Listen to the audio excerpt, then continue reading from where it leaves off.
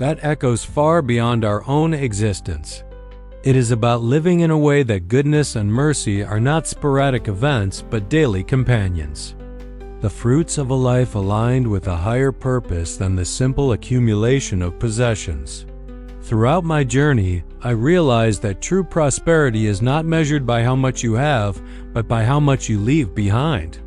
I saw business people who lost entire fortunes yet still maintained respect, influence, and relevance because they built on a foundation of solid values.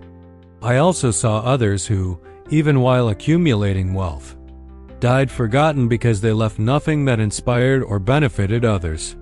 This is where this verse becomes so powerful. It speaks of constancy, of living intentionally so that the impact you have on the world does not depend on circumstances but on what you have decided to be every day. There was a moment when this understanding became very personal for me. A young entrepreneur once approached me and said that reading Think and Grow Rich had saved not only his business but also his marriage.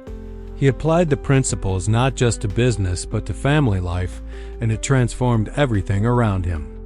At that moment, I realized that my greatest asset was not the money I had earned over the years, but the lasting effect my ideas had on people's lives.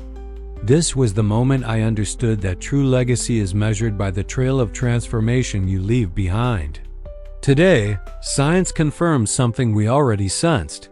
Research from the University of California shows that people who live with a clear purpose and actively contribute to something greater than themselves have higher levels of well-being and satisfaction until the end of their lives. This is because living guided by values and a mission creates a cycle of meaning that money alone could never offer. And I ask you, what will follow you when the spotlights fade? What will remain after you are no longer present to control or manage? Goodness and mercy cannot be bought. They are cultivated. They are reflections of a life